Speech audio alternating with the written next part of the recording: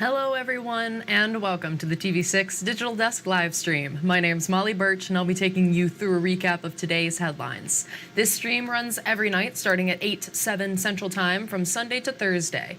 Feel free to comment and ask any questions you have in the chat as you feel like it. I'll do my best to keep an eye on those comment sections and answer whatever questions that you have, whatever comes up as they come up.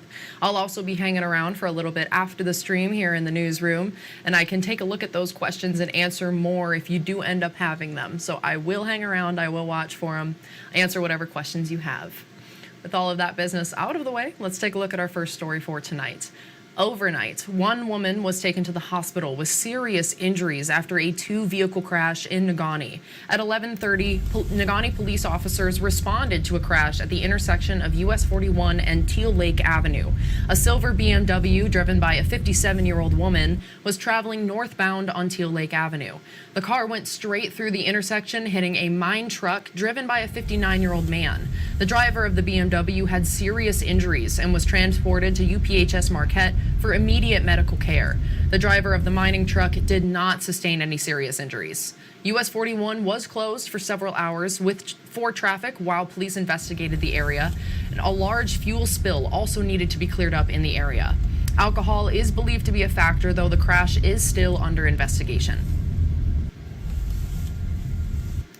And Michigan high school students are now required to have a personal finance credit to graduate. TV6's Iron Mountain Kingsford Bureau reporter Blake Ryerson shares how the Brighton Township School District was prepared for this change.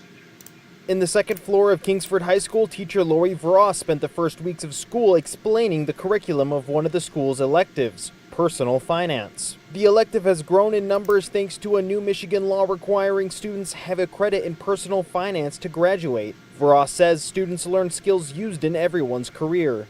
The experience I've gotten from students and the feedback has been that when they get jobs, they know how to fill out all the new hire paperwork because that's something we do in our class. I think they're happy when they're applying it in their real life outside of school.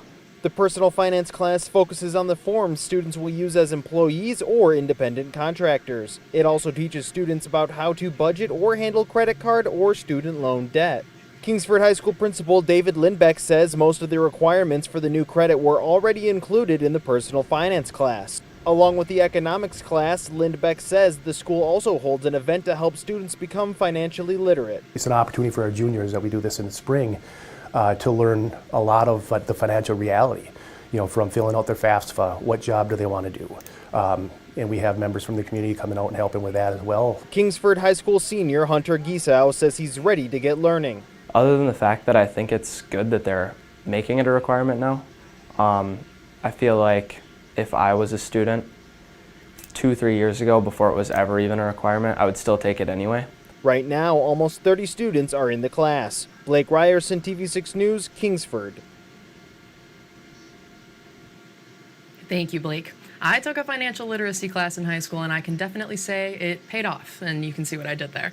But moving on, you can support family members of fallen military or first responders by grocery shopping this month. The second annual Folds of Honor campaign fundraiser returns to Marquette's Todix Marketplace. The grocer's parent company, Coborn's, is working with the Folds of Honor Foundation. It uses the funds to provide scholarships for spouses and children in the area. Coborn's Marketing and Communications Senior Vice President says they raised about $100,000 last year. These people and their families are so committed to our country and to our communities. This little way that we can support them just is so vital and so valued by these families. Guests can shop in-store and round up to the nearest dollar to donate, or they can make a $1, $5, or $10 donation at checkout.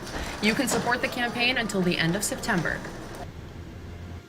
And finally tonight on the TV6 Digital Desk live stream, we officially know who will be headlining the 2025 Super Bowl halftime show. Rapper Kendrick Lamar will be performing on that stage just 3 years after he was a guest. Lamar, who has 17 Grammy Awards and a Pulitzer Prize for music, announced the news himself today on his social media pages. The NFL also touted the news. Super Bowl 59 is set to be played at the Caesars Superdome in New Orleans. That will be on Sunday, February 9th. Sure to be an exciting show.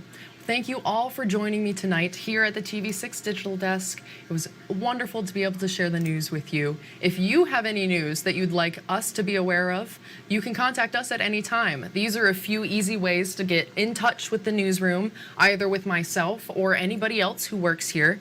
We have the email there and the phone number. You can also find me on social media pages and reach out to me there, if you'd prefer to do that. Honestly, it's up to you, however you'd like to contact us, but feel free to do so if you have something that you want to share. Thank you again for joining me live at the TV6 Digital Desk. Have a great rest of your night, and I'll see you guys tomorrow.